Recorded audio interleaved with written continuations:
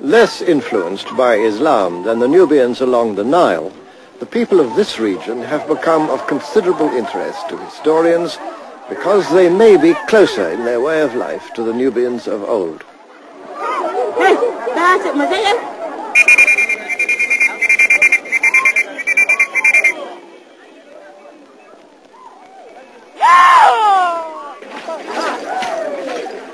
As it happened, we chanced on a special day among these Nuba people, a bit like a cup final.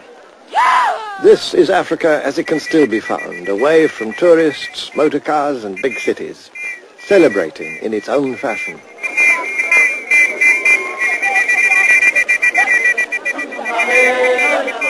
A number of cultural links have been found to suggest that these people may well share a common heritage with distant ancestors who lived in the time of the kings and queens of Kush.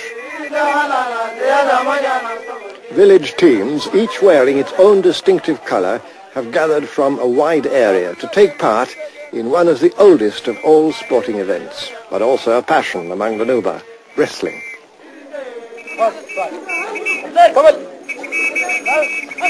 So intricate are the rules governing not only the contest itself, but also exactly who may wrestle with whom on the basis of family relationships, that it's almost impossible for a visitor to follow all the moves. But for the historian, there's another close relationship between the Nuba wrestling of today and that of ancient times. Dating from around 2500 BC, these vivid paintings have been copied from an Egyptian tomb at Beni Hassan.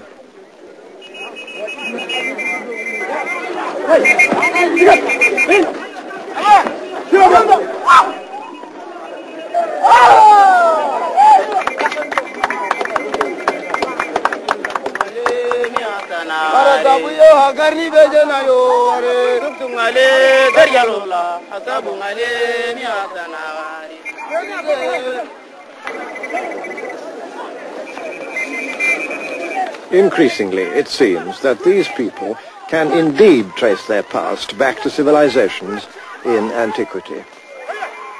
And their ancient sport provides one more small piece of evidence of a continuous social tradition that's lasted for centuries.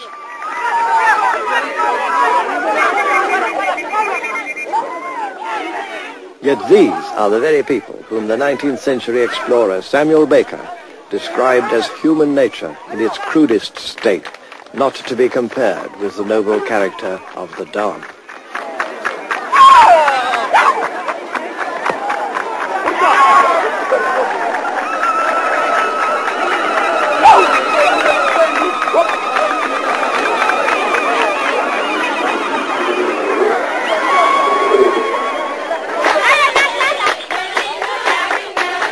After the contest comes the celebration.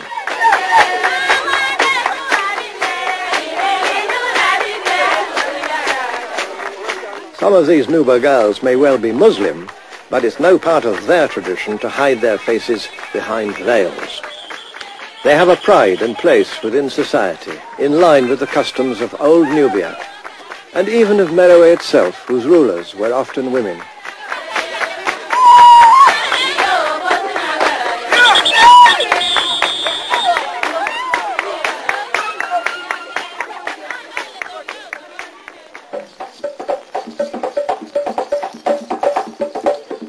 In another part of the Nuba Hills, just a few miles to the southeast, the teachings of Islam have made no headway at all. The people of these villages have quite consciously chosen to reject either Western or Islamic dress. Free spirits under an African sky, young girls dance as much for their own pleasure as for the spectators, breathing life into these astonishingly similar images of Nubian dancing girls, performing for the pharaohs 5,000 years ago.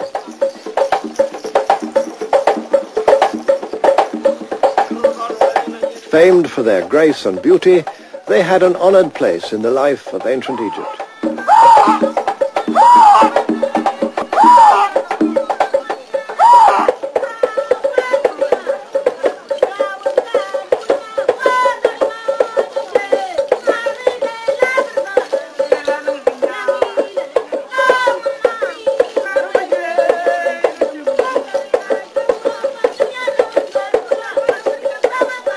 That the one should still be regarded as primitive and the other as part of the world's cultural heritage reflects on the ignorance and prejudice of the modern world,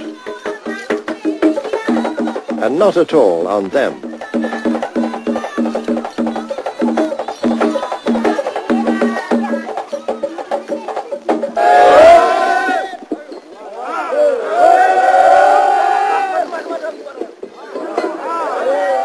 On the day that I visited Meroe, a pyramid was being rebuilt, not with the aid of bulldozers and cranes, but by the traditional techniques used in their original construction.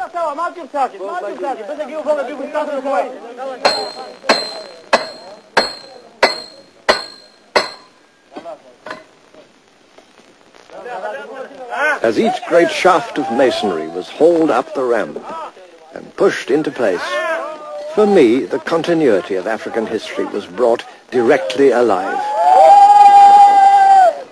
The Egypt of the pharaohs did not spring whole and complete from its own local genius. It owed much to inner Africa.